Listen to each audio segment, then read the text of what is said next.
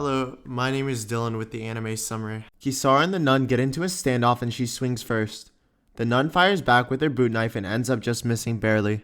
A red car appears with Aino and more police forces arriving, and the nun ends up retreating. Kisara goes to check on Shu, about to take more power from him, but Aino stops her before she does. In Shu's dream, he's back at the cave in devastation about her sister going missing. At the hospital, he hallucinates about it while Aino and Kisara are sitting next to him, happy about him not acquiring brain damage from last night. While at the headquarters with information from their database, it reveals the nun's name to be Sharon Holy Grail. They look up information that she is one of the 12 exorcists called Living Relics. Masaki tells them that there are over 100 bases with 1,000 agents, and even if they had a full army, they wouldn't stand a chance against them. Sharon takes out a guy on the ship and opens a crate revealing majestic armor. Kisara tells Aino the one time she's encountered Sharon, being that when Shu was in the cave, the woman was with them. But the only reason Shu teamed up with her was to capture Kisara, and they ran away together. He used neurotoxins from having a good time to buy time and take Kisara away. Since it looks like Shu is fine, Kisara starts to head home because of their inner conflicts. Before leaving, Aino confronts her about the conflict Shu has had with a lot of women, being that Kisara removed the memories and she leaves the hospital ignoring Aino. Meanwhile, Sharon has acquired the demon suit to defeat Kisara and entangles herself in it weirdly. At the ship, the police have arrived with Miles interrogating the ship deck worker about the incident. Mikami notices that the demon suit is missing from the cargo. A police officer tells them to hurry over and shows them the muscle fiber of a demon that was on the ship. At Masaki's workplace, Miles and Mikami recover the demon muscle fiber and explain to him what transpired on the boat, also stating that the people brought illegal items to the port, covering it with false contents. Masaki suggests Kisara to handle everything. Miles wonders why they would smuggle a demon on board, and Masaki realizes it's to take out Kisara. Kisara is walking into a crime scene where Sharon was taking on the police and the justice guy. She pulls out her phone to tell Sharon to come out and fight her 1v1, but she rejects her offer, knowing that she is only human. She readies her blade and is attacked by Sharon from above, raining bullets. Sharon emerges into the room face to face with Kisara, and they both clash head on. Sharon uses demon muscles from the suit to take Kisara to the ground. At the hospital, Aino goes to check on Shu to see him missing from his hospital bed. Kisara hides from Sharon and puts a band-aid on to make sure the bleeding stops. She pins Kisara with her demon powers and falls to the ground. A bullet is fired at Sharon, and Shu checks on Kisara to make sure she is okay. Kisara is still upset at Shu, but he confesses feelings to her and gives her the powers to fight Sharon. Sharon taunts Kisara for teaming up with Shu, but she doesn't care and attacks her. She breaks some of Sharon's armor and on the final blow slashes her to the bottom of the building. The police arrive to detain Sharon and blush when they see her. After the battle, Kisara gets up to ask Shu on a dinner date, and they leave back to the apartment together. At Shu's apartment while Kisara is cooking, Mikami is using a drawing board to show Miles and Shu, explaining first how the demons use Junya to form contracts with the humans, being the agents for people wanting to become demons. However, Miles tells him that before asking him any questions, he was dead before they got to him. Mikami tells him that the demon behind it is lurking around the city and that Junya was being controlled by a real agent and connections between him and the demons. Mikami tells him that the information Shu has been given is more than likely the true agent, also known as the informant.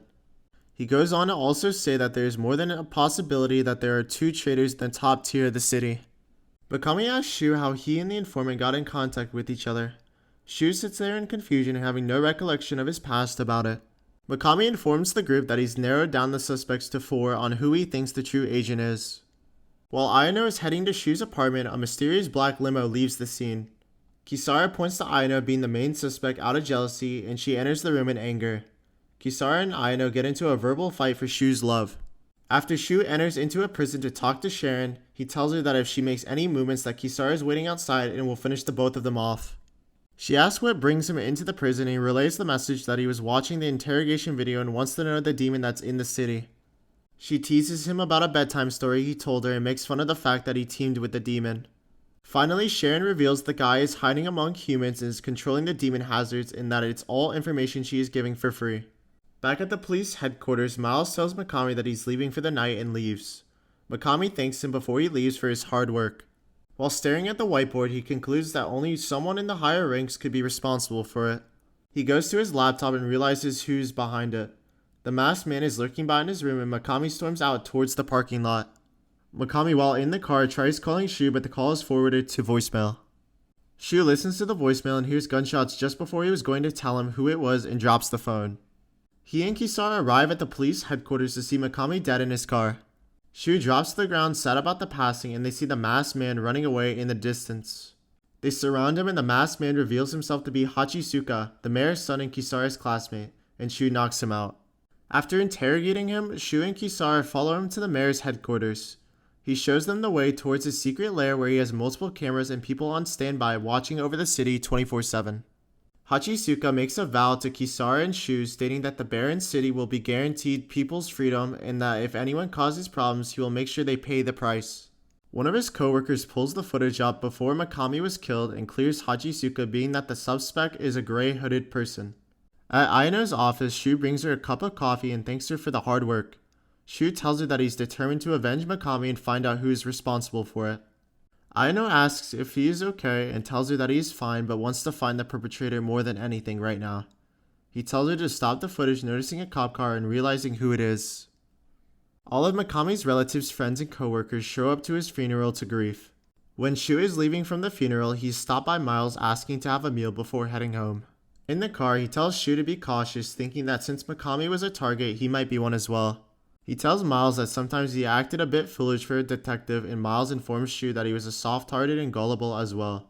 Shu confronts Miles, for he is the one who is responsible for killing Mikami, and Miles activates his demon powers on his arm. In a flashback, Hachisuka shows him video proof that it was Miles who is the problem, stating that for every demonic hazard, he's been the first officer to all the scenes. Lastly, being the final evidence that before the two humans turned into demons, they were contacted by the same person with 2 tattoos, being Miles. Miles knows he can't try and lie his way out of the situation and asks Shu about what his bounty is worth. He doesn't respond and is still shocked at the fact that Miles has been a demon the whole time. Miles parks the car and they make their way through the woods going towards a secluded area. On the walk, he's still shocked at the fact Miles raised him and was so kind and was the only person Shu could turn to.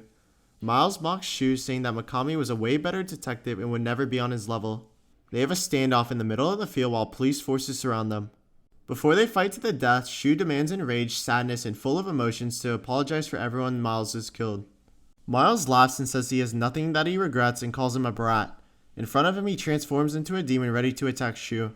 Kisara is standing on the side with Shu, asking him if he's going to leave the police to handle Miles. She asks questions, wanting to know if he would rather have those innocent police officers wiped and if he's okay feeling the same way when he lost Mikami. Meanwhile, at the battle, Aino gets caught by Miles' chains and is saved by Sharon. After Aino pulls a gun to Sharon, asking why she is free, and tells her that for Shu's 2 demands to be given her freedom and the memories of the puppet. Shu orders Kisara to take the memories of Miles to defeat Miles and does so. Kisara gains her powers and starts to engage Miles. During the fight, Shu reads a message on his palm helping him with his memories about Miles being the one who killed Mikami. In a flashback, an officer greets Miles with his wife holding a baby, being Shu. Inside, they discuss the demons appearing quite often inside the city. On the job, the officer saves Miles from being attacked by a demon in the alleyway. Later at the hospital, Miles' daughter is sick and tells the officer that he will be dropping out of the case to care for his daughter. At night, someone opens the door saying that they can cure his daughter but knows it has to be powers of a demon to do that. In the mines, Miles heads deeper, revealing that the officer's wife is a demon and formed a contract with Miles to exterminate almost everyone there. Miles picks up Shu from the officer's body and the demon questions him on why he should be still alive. He replies, stating that it wasn't in the contract formed with him to execute Shu. The demon girl gets mad while he's walking out and launches fireball magic at Miles and Shu. Later, he wakes up in a hospital bed with Akano informing him that Shu is still alive and that he's been unconscious for over 3 days. While Shu is growing up, Miles gets a letter from the demon girl to have to fulfill his demon contract and gets really upset and mad. After slaying Miles, Shu runs over asking Kisara if she got any good information from him. She tells him that all he said was sorry, recalling before attacking him, Miles said to Shu that he's sorry and to be well. He realizes this and starts to tear up, upset that he's lost so many people.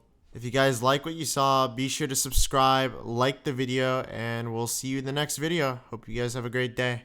Peace.